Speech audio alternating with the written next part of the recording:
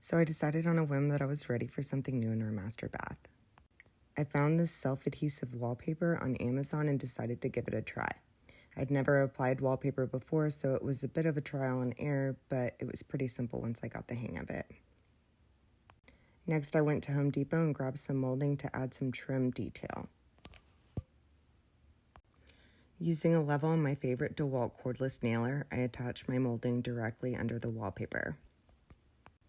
And then it was time for caulk. If you don't have one of these caulking tools, get one. They're cheap and definitely make for an easier and cleaner caulk job. Sorry, I'm a child.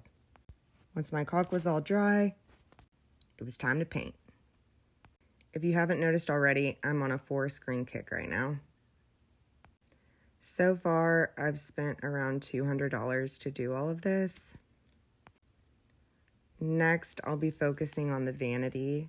I'm thinking I'm going to try a faux wood finish, so make sure that you hit that follow button to see how it turns out. This is how it looks so far.